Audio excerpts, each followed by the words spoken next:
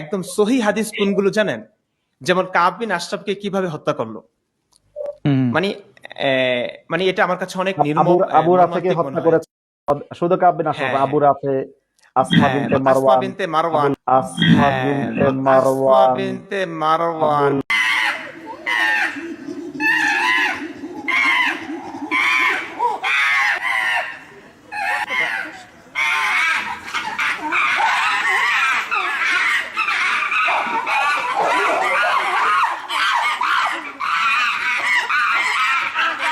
বের করবো, বাট আরেকটা জিনিস হচ্ছে আসমা বিনতে মারওয়ান নিয়েও তারা বলতেছে যে ওটা নাকি জাল হাদিস। হ্যাঁ, আসমা বিনতে মারওয়ানের হাদিসটা হচ্ছে গিয়ে সহি না। এটা সঠিক যে ওই হাদিসটা সহি না। ওইটা ওইরকম কোনো সহি হাদিস পাওয়া যায় না। ये सब क्या देखना पड़ रहा है? अच्छा है मैं अंधा हूँ।